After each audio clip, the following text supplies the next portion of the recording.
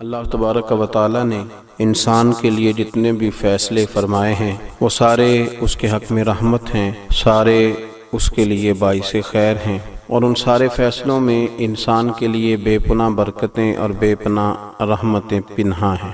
اللہ تبارک و تعالیٰ نے انسان کے لیے زندگی بنائی ہے تو اس میں بھی اس کے لیے خیر ہے، اور اللہ نے موت کو پیدا کیا ہے، خلق کیا ہے، تو اس میں بھی اس کے لیے خیر ہے۔ قرآن مجید فرقان حمید میں اللہ کریم نے فرمایا کل نفس ذائقۃ الموت، فرمایا ہر ذی روح نے، ہر نفس نے جس کو اللہ نے روح عطا فرمائی ہے اس نے موت کا ذائقہ چکھنا ہے۔ اللہ تبارک و تعالیٰ نے جس کو جان عطا فرمائی ہے، جس کو روح عطا فرمائی ہے، جس مالک نے روح دی ہے، اسی نے یہ قانون بنایا ہے کہ موت بھی آئے گی۔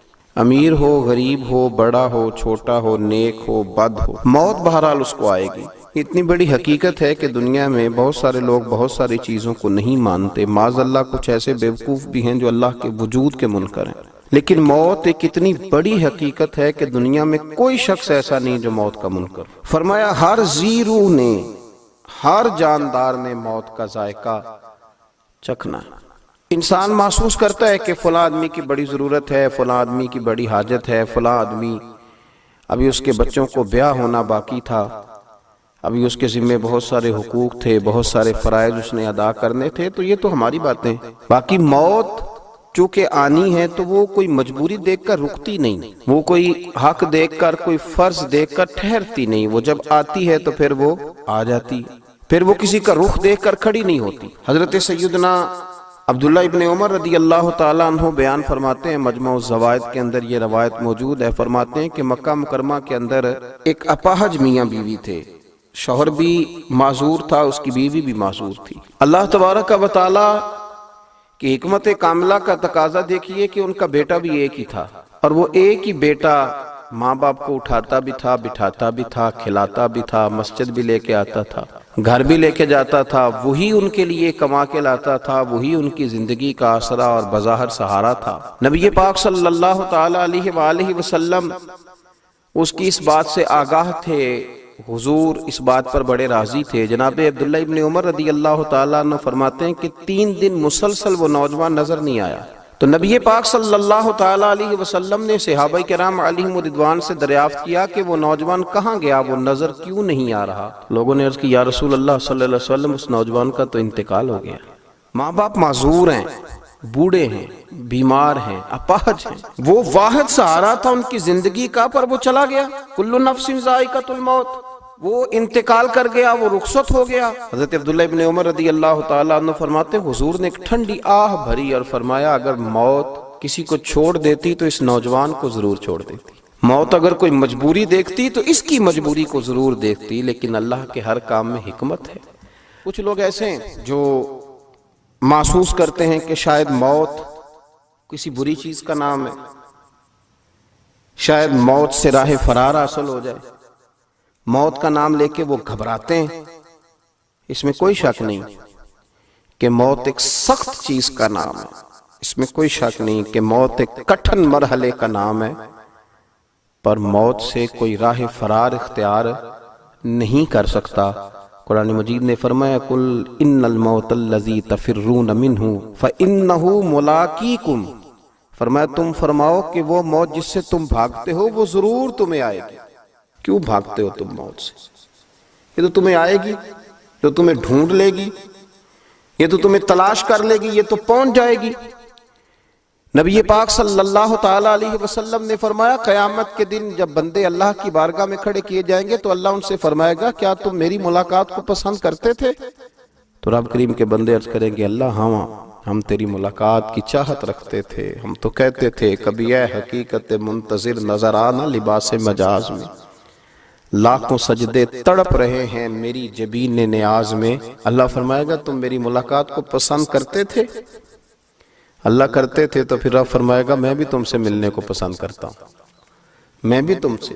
اس لیے نبی پاک صلی اللہ علیہ وسلم نے فرمایا، طبرانی میں حدیث ہے، حضور نے فرمایا موت مومن کے لیے تحفہ ہے، یہ تو تحفہ ہے مومن کے لیے، یہ تو مومن کے لیے اللہ تبارک و تعالیٰ کی طرف سے تحفہ ہے۔ فرمایا الموت کفارۃ لکل مسلم، فرمایا موت مسلمان کے لیے گناہوں کا کفارہ ہے۔ مرتے وقت جو اسے تکلیفیں آتی ہیں تو وہ تکلیفیں اس کے گناہوں کا کفارہ بن جاتی ہیں۔ ایک اور اپنے ذہن کے اندر رکھ لیں کہ موت کے لیے جس طرح وقت مقرر ہے نا، اس طرح موت کے لیے جگہ بھی مقرر ہے، اس کی ایک جگہ بھی مقرر ہے۔ جیسا میں کہہ چکا ہوں کہ دعا مانگنی چاہیے کہ اللہ مدینے میں موت عطا فرمائے، لیکن اس کے لیے بھی جگہ مقرر کر دی اللہ نے کہ اس کو کہاں موت آئے گی۔ بہت سارے لوگ ایسے تھے، پیدا کہیں ہوئے، بڑے کہیں ہوئے، عمر کہیں اور بتائی، لیکن جب وقت اجل آیا تو پھر پہنچ کہیں اور گئے۔ مصنف ابن ابی شیبہ میں حضرت خزیمہ بن عبد الرحمن رضی اللہ تعالیٰ عنہ کی روایت موجود ہے کہ آپ فرماتے ہیں کہ حضرت سلیمان علیہ السلام کے پاس آپ کا ایک دوست بیٹھا تھا، تو حضرت اسرائیل علیہ السلام تشریف لائے، اس کو غور غور سے دیکھنے لگے، پھر وہ تشریف لے گئے تو بعد میں وہ شخص آپ سے عرض کرنے لگا، حضور یہ مجھے گھور کے دیکھ رہے تھے، لگتا ہے میری موت کا وقت آ گیا، تو آپ اس طرح کریں ہوا کو حکم دے مجھے ہند پہنچا دے۔ ایک روایت میں یوں ہے کہ حضور ویسے ہی میرا دل کر رہا ہے مجھے آپ ہوا کو حکم دے کہ ہند پہنچا دے۔ حضرت سلیمان کا حکم چلتا تھا، ہواؤں کو حکم دیا، وہ ہند پہنچ گیا۔ وہ شخص ہوائیں اڑا کے اس کو ہندوستان لے گئیں، وہ مقام جہاں وہ جانا چاہتا تھا وہاں جب وہ پہنچ گیا، کچھ دنوں کے بعد حضرت اسرائیل علیہ السلام تشریف لائے، حاضر بارگاہ ہوئے تو جناب سلیمان علیہ السلام نے فرمایا کہ کیوں گھور کے دیکھ رہے تھے؟ تو عرض کرنے لگے، حضور میں اس لیے گھور کے دیکھ رہا تھا کہ مجھے تو حکم ہے کہ تھوڑی دیر کے بعد اس کی روح ہند میں قبض کرنی، اور یہ یہاں گھوم رہا ہے، تو اتنا لمبا سفر ہے تو یہ پہنچے گا بھی کیسے؟